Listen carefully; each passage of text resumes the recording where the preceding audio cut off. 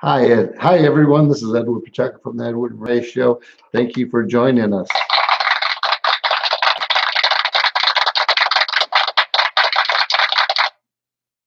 I uh, I started YouTube because I wanted to find out what the big thing was about. I have a son that knows a lot about YouTube. I know a lot of young millennials are into YouTubing. I'm wondering what this old guy here can do. So, um, again, that's not what I wanted. Here we go. We're gonna have to change stuff. Change my direction. Lord, I guess I wouldn't. Hmm. Let me see. Yeah, we're not gonna use this one. No. Yeah, not today. Not today. That's what the lady one said. Oh, let's end the stream now. What is this here? Huh. Well, I am at, wow, I'm learning all this. Hello, can you hear me? Why is the voicle? The voicle. Why is the voicle on it? Voicle? I don't know. What's this over here? We hit this button. We see share on the Facebook. Wow. The things I don't know what I don't know. Huh. Well, let's see what happens if I say share there. Oh my goodness, it just changed something. How to make money on YouTube. Oh my goodness. Did I just do that? I guess I did. Well, again, we're going to have to learn slowly and see what happens. So tune in and find out what the big buzz is about. Hey, people my age are forced retirement or retired. Either way, gives us something to do. Let me tell you, retirement and forced retirement's even worse.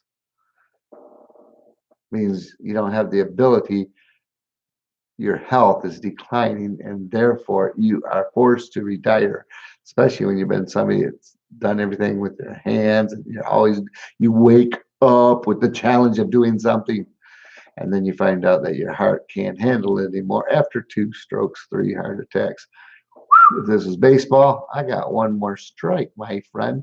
So I have to do what the doctors say. Um, I've been in too many times, and the first thing they say to me is, "Whose side you on, Ed? Whose side you on? You're out there messing around. You're having heart attacks left and right. You don't have any vertebral arteries in your head." I guess I can back up. Let's start the story all over. So this is YouTube, and I'm Edward Pacheco, your host of Edward's Variety Show. Okay, I live in Michigan in a town called Munday, Munday, Munday Township. I used to live in Flint. I know everybody knows where that is because even the people that watch Shameless in the show Shameless use that for a punchline a few times. We could have dropped that body off. I could have dropped him off in Flint, Michigan instead of taking him to Canada. Or another one where it said, "Is this where you sign up for the like a loser contest, right?" And what happens is at the end, the guy from Shameless says to Lewis, he said, Luis played the part and says, uh, "Well, I had to bury 3 women. One, uh, one was a riddled with cancer. The other one was and I loved her and I had to bury her. And then the other one was what was she? Oh, a drug addicted, and he had to bury her. And he goes, my third one was my mother. She hated me." And so the guy comes back and says, "Oh yeah, well, I spent my life savings on a blockbuster franchise in 2013." So the guy from Shameless comes back and he says another something terrible that happened to him. Oh, I hit the lottery. He says, I hit the lottery. And I accidentally used that lottery ticket to roll up a joint and smoke it. Seems pretty bad, right? Mr. Louise comes back with this punch. Boom! Yeah, well, I was born in Flint, Michigan. I cracked up so hard. And so the guy from Shameless, he surrenders. He says, hey, Mike Gallagher, like fist pump him. You win, man. What can I do? There's nothing I can do. Can't beat that. I might as well leave now. So, anyways, I used to live there, and people are great. Water's bad. Um, Great workers, a lot of shop workers, and those each shop then makes another one shop. They say one shop worker will make 2 to 3 jobs in this area. So that is where I'm from, and unfortunately, and before I was came out of high school, everybody went to college, or most of them went to the shop. That's when we had 11 shops. We don't have 11 shops. We have two factories left. So poor Flint went from 225,000 people in town, households. I'm sorry, 200 plus household, 200,000 plus household. Down to about 73 now. Yeah, yeah. Now Flint still has all these houses that need to be torn down. They can't afford the bills because they don't have the tax base to pay it.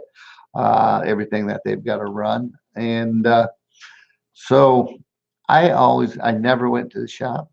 I went to college, got out, and what I did was I had a few companies, probably about 5 companies, and in every one of those companies, I would go in, make some money, get the P&Ls up, and sell the business for a profit. June 1st, 2017, I had a stroke. When I had this stroke, I found out, Dr. Adele tells me that they picked me up off the ground, they put me into an ambulance, they get me all the way to Genesis, and they helicopter me back to Saginaw where the specialist is, and find out that I was born without a right vertebral artery. Very unfortunate, but however, I did not know it. The Lord was good to me. I did all right until I had the stroke. Then things got real bad. And Dr. Adele successfully installed 2 stents in my left vertebral artery. And I thought this was going to be it. I'm fine. I'm ready to go. I'm raring. I'm ready. Found myself dizzy a lot, though, after that, after I got home. Tried to build a garage, try to finish my other projects. Just was always lacking something. 7 months later, got me a new doctor. Woo-hoo-hoo. Problem was, she didn't know jack. She really didn't. She was brand new. I didn't even know she was brand new. My doctor had retired and left the country, and so I go to see Miss Pendergrass, Dr. Pendergrass. She doesn't know anything about anything, and what behind the ears. And I don't blame it. Look, you got to learn somewhere. I went to see her. I think it was January or February, and she wasn't ready to up all my prescriptions, because she hadn't really checked over my file yet. Said, I think it was January, because she said February we'll go ahead and I'll have everything I need to know about you. Okay, cool. Didn't realize that it is very, very, very important that you have your blood thinners after having a stroke and you have stents. Well, I didn't get my new prescription from her. because I was going to wait till next month, as she said. Yeah, next month. You know, 10 days later, I had another stroke. 10 days later, I had another stroke because I needed those pills. I needed and what happened, and it's not her fault. Maybe it is. Maybe she should have looked into what my problem was because no one ever stopped and said, by the way, you need to have them every day, the blood thinners every day. And if a doctor tells you that they can't get to you for 30 days, well, you may die. So, not knowing, I waited. I thought I'd see her next month. I'll be fine. No, I wasn't. I had a stroke 10 days later, and I'm in a helicopter again. I'm flying me all the way to Saginaw. Dr. Adele asked me, what happened. I don't understand how this happened. I told him, well, the doctor there said she was new and she hadn't looked at my file yet, and she can't give me the opiates. And it was kind of about the opiates because she said, well, I don't want to give you anything right now until I know your whole thing. And I said, well, look, I've got to have there's pills that I have to have. And she goes, oh, I saw the opiates. I'm not going to prescribe them. I said, fine. I said, what about my other stuff? Well, we're going to do that next month. Let me look at your file and we'll find out what you need. Okay, so I have a second stroke. And this time when I'm released, Dr. Adele, my neurosurgeon, says, I'm sorry, there's nothing more we can do for you. Your left vertebral artery was very important. However, it has collapsed between the first stent and the second stent. One was 1.5 inch, the other one was 2 inch. It has collapsed. You have no blood going through there anymore, and we can't really go in there. There's a procedure we can do, but it's not really an elective procedure. It's something if you have another stroke, we would consider opening the side of your head, taking off the skull, take 5 to 7 inches out of your arm, put it in, lift the left hemisphere, and somehow in place, the 5 to 7 inches of my vein out of my arm into my head. And if I don't paralyze or expire, they close it back up, keep me there for a while. And if I don't expire or paralyze, then they would let me go home. And if I don't paralyze or expire, then they'll keep me for 3 months going in and out. And perhaps it could be successful. This is not an elective procedure. This is something if you have another stroke. And he looks at my wife, says to him, what can we do? And he goes, well, since it's not elective, we gotta, we kind of really just wait and see how well he does, because right now he's living on collateral arteries that are coming up his face. Then were built, or they grew like roots from the time he was, born. Because he didn't have a right vertebral artery, the body will do some amazing things, amazing miracle things, and these are all God given, I believe, to me.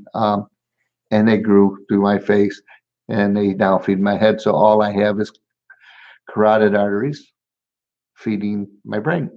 So that is how I became and how I got here. I never done this for a living. I never intended to do any of this for a living or fun. I was a hobbyist. My hobbies were working on old cars. I loved it.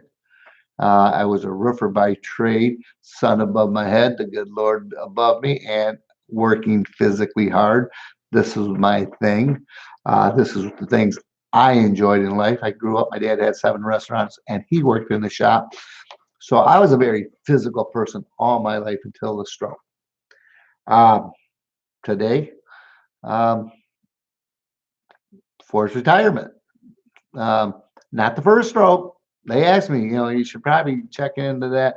Well, if I had my first stroke, then what happens after you have a stroke? You end up starting to having maybe heart attacks. I had 2 heart attacks. First one, 2 stents, and a second one, 7 more stents. They were going to do a bypass. Okay. And they described how they were going to come in. This is after my strokes, after my 2 strokes, how they were going to give me a bypass. And I said, I thought to myself, my dad had a bypass. He's always had problems. I'll handle that. So I was explaining how he's going to come in tomorrow at 7:30. He's going to go ahead and give me a bypass, and I'll be good for 20 years. Cool, right? I mean, who wants a chest cracked open? I don't, but I want to get better because I can't breathe. My chest always hurt. My arms always hurt. Everything hurts. So, anyways, then I explained to the cardiologist, I said, however, I don't have any vertebral arteries. I have one on the left and it's clogged, and the right one stopped in my neck. And he kind of looked at me and put his hand on my shoulder.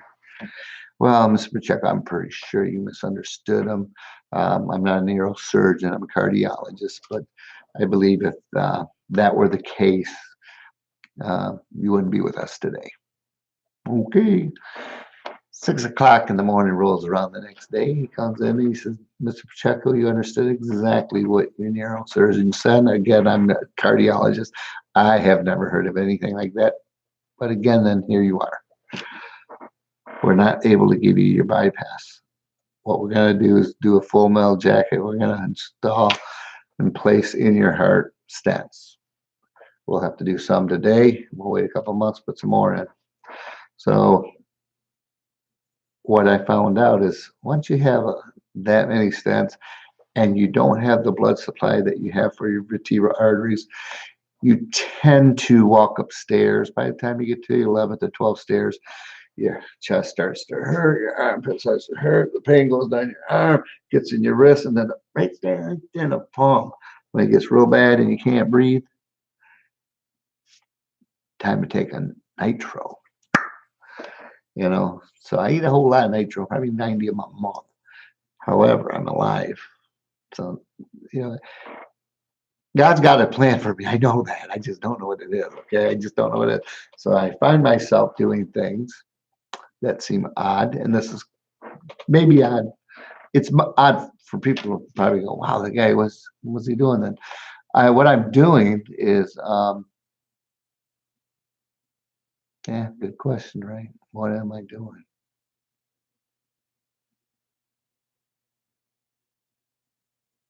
Trying to stay alive. And the quality of life has changed. No beach for me. Boating, out of the question. Had to sail the pontoon, out of the question. You can't, there's just things I can't do anymore. But I can sit, I can talk. Mind you, it is 1:33 in the morning. Quality of life has changed, and I'm trying to claw my way back up and out. When I say up and out, every time I started a business, I thought I did all right. I did all right. Landing myself in a 3,264 square foot house, paid off in full. Pontoon motorhome. 67 Camaro, 69 Lincoln Continental, 63 Impala. All the things I like to do. Oh, kit car, forgot. Cobra kit car. All of that means nothing anymore without my help. It means nothing.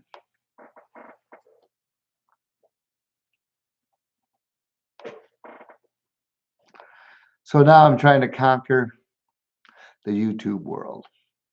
So if you know how you have secrets, I'm interested in finding out. Now, granted, I can't jump out of planes. Maybe I can sit down and do restaurant reviews on restaurants all over the world. Who knows? But I need to do something to keep my mind occupied while I'm on this earth. Am I worried about leaving this earth? Not anymore. Not anymore. just the quality of life has changed for me. And I don't want to be a burden on anybody. I never have been, never wanted to be. And I took care of a wife and 3 kids. And the kids are moved out, have a wife. And I'm not sure if she's not better off to be gone.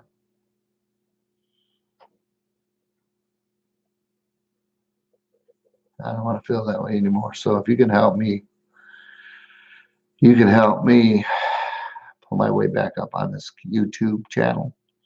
That's what I'd rather do. That's what I'm gonna do.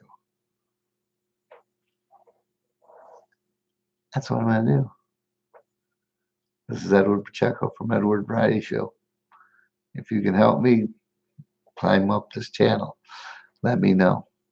Let me know how to do it. Leave a message on the bottom.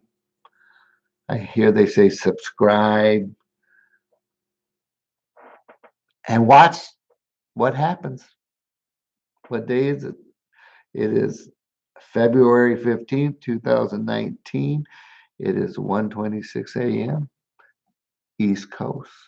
This is Edward Pacheco saying peace, love, happiness, and health to you and your family, and have a great day.